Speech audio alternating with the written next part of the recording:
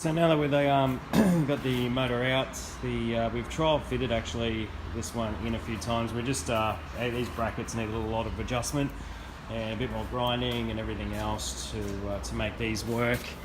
Yeah, little extra bits we had to shave off on insides to make them fit.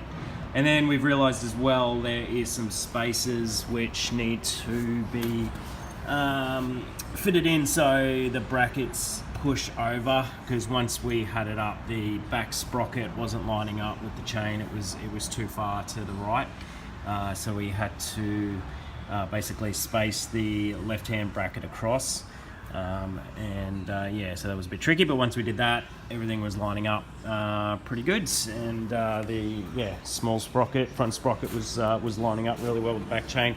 So we'll get that fitted up again a bit later and show you all that. I've just fitted the different throttle grip off CR. I think it's off a CR80.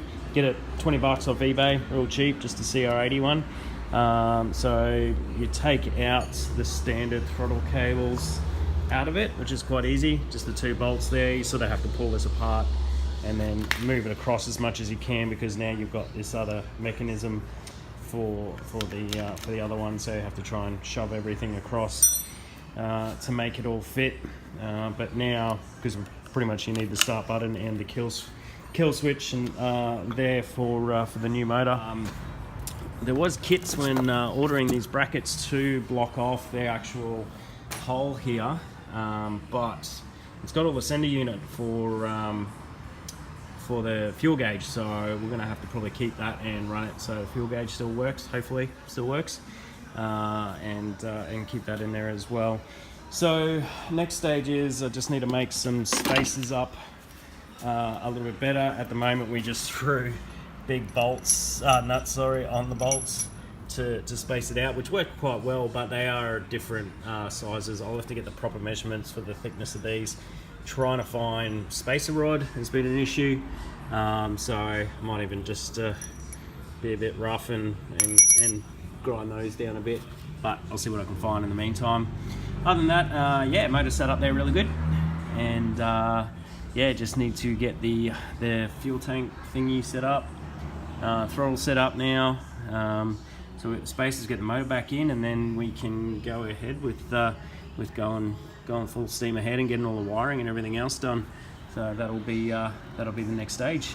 Okay, so trying a little bit of something different with mounting these brackets. And basically, the instructions we had was getting a long bunch of bolts, which I bought. I bought all the proper length bolts and everything, but I was having a massive trouble finding like crusher tube, spacer tube in between there, because when we were trial filling it up, we bolted it together and it actually bent the frame on there, so you have to be careful with that. You need a crusher tube.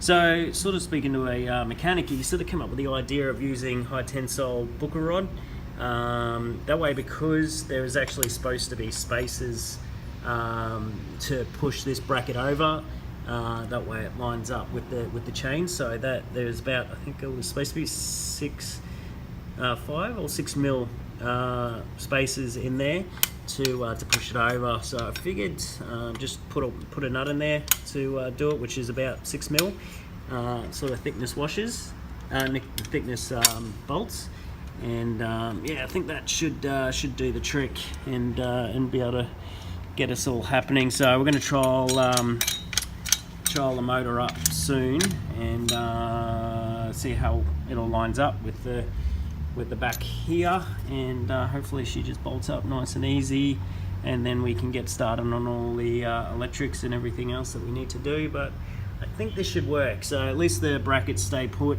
and then you've got a lot of adjustment now on where it needs to go. So I think this could be a good way of doing it.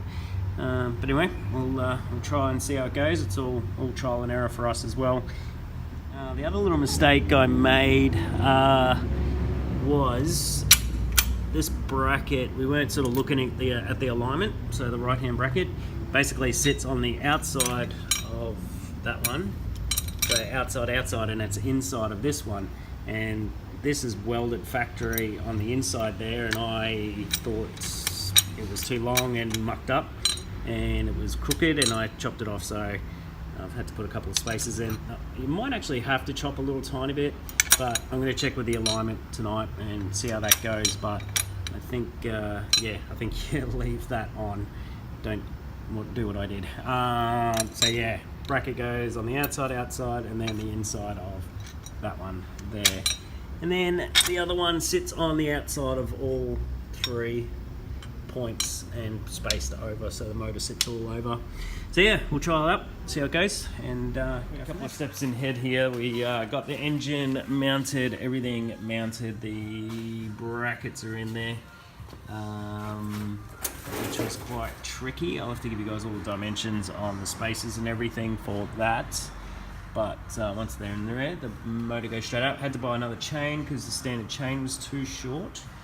But you can run the standard front Grom sprocket on the Zongshen motor. So also had to chop a little bit out of the frame in there. It's a bit hard to see it, a bit dark, but let me get a light.